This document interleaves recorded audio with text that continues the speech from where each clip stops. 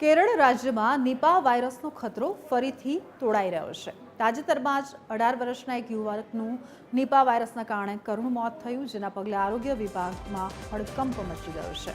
આ ઘટના બાદ તંત્ર સજાગ બન્યું, સઘન તપાસ હાથ ધરાઈ રહી છે।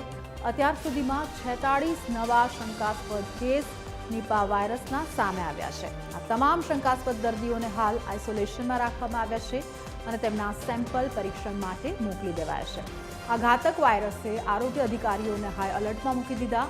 વાયરસ જીવલેણ છે, કારણ કે તેની કોઈ ખાસ દવા કે વેક્સિન પણ ઉપલબ્ધ નથી।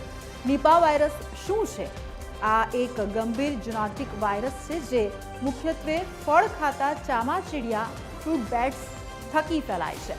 આ વાયરસ દૂષિત ખોરાક અથવા તો દૂષિત સપાટીઓ પર પણ મનુષ્યમાં પ્રવેશી શકે છે। નિપાના લક્ષણોમાં તીવ્ર તાવ, ગંભીર માથાનો દુખાવો, માંસપેશીઓમાં દુખાવો, શ્વાસ લેવામાં તકલીફ, ઉલટી કે ઉબકા જેવી સમસ્યાઓ, ગંભીર કિસ્સાઓમાં આ વાયરસ મગજ પર પણ અસર કરી શકે છે, જેના કારણે દર્દીને ચક્કર, સુસ્તી, માનસિક ભ્રમણા કે પછી કોમા સુધીની સ્થિતિ પણ આવી શકે છે।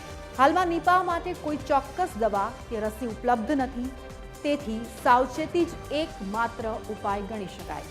ચામાચીડિયા થકી દૂષિત ફળો ખાવાનું ટાળો, સ્વચ્છતા જાળવો, બીમાર પશુઓથી દૂર રહો। કેરળ સરકારે પરિસ્થિતિને નિયંત્રિત કરવા માટે તમામ જરૂરી પગલાં લીધા છે, પરંતુ જે રીતે 45 જેટલા કેસીસ સામે આવ્યા છે તે એક મોટો ચિંતાનો વિષય બની શકે છે।